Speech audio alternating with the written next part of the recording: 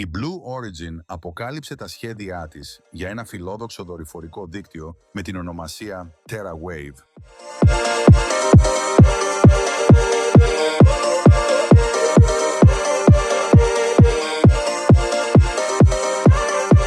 Η SpaceX μπορεί σήμερα να κατέχει τα σκύπτρα στο δορυφορικό ίντερνετ μέσω του Starlink, ωστόσο το τοπίο αρχίζει να αλλάζει.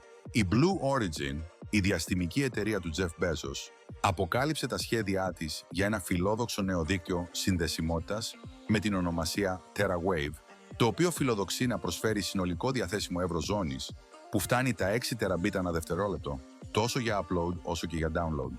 Ωστόσο, το TerraWave δεν σχεδιάστηκε για οικιακούς χρήστες, αλλά για επιχειρηματικές και θεσμικές ανάγκες. Η στρατηγική αυτή δείχνει ξεκάθαρα ότι η εταιρεία δεν επιδιώκει μαζική υιοθέτηση, αλλά υψηλής αξίας πελάτες με αυξημένες απαιτήσεις. Το TerraWave βασίζεται σε έναν σύνθετο σχεδιασμό πολλαπλών τροχιών, ο οποίος περιλαμβάνει συνολικά 5.408 δορυφόρους. Η πλειονότητα αυτών θα βρίσκεται σε χαμηλή τροχιά γύρω από τη γη, προσφέροντας ασύρματες συνδέσεις προς το έδαφος με ταχύτητες που αγγίζουν τα 144 Gbps.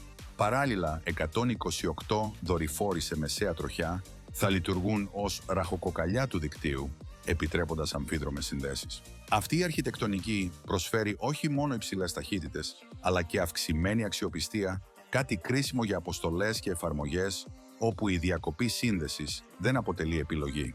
Σε αντίθεση με το Starlink της SpaceX, το οποίο απευθύνεται σε εκατομμύρια χρήστες παγκοσμίως, η Blue Origin επιλέγει έναν πιο επιλεκτικό δρόμο. Το TerraWave αναμένεται να εξυπηρετεί περίπου 100.000 πελάτες, εστιάζοντας σε δεκάδες χιλιάδες επιχειρήσεις, κέντρα δεδομένων και κυβερνητικούς οργανισμούς.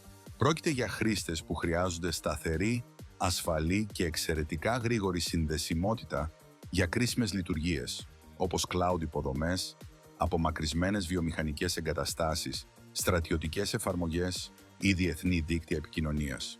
Το TerraWave δείχνει ότι το δορυφορικό ίντερνετ περνά σε μια νέα φάση, λιγότερο μαζική αλλά περισσότερο εξειδικευμένη. Αν η Blue Origin καταφέρει να υλοποιήσει το όραμά της, το διάστημα δεν θα είναι απλώς εναλλακτική λύση συνδεσιμότητας, αλλά βασική υποδομή για τον ψηφιακό κόσμο των επόμενων δεκαετιών.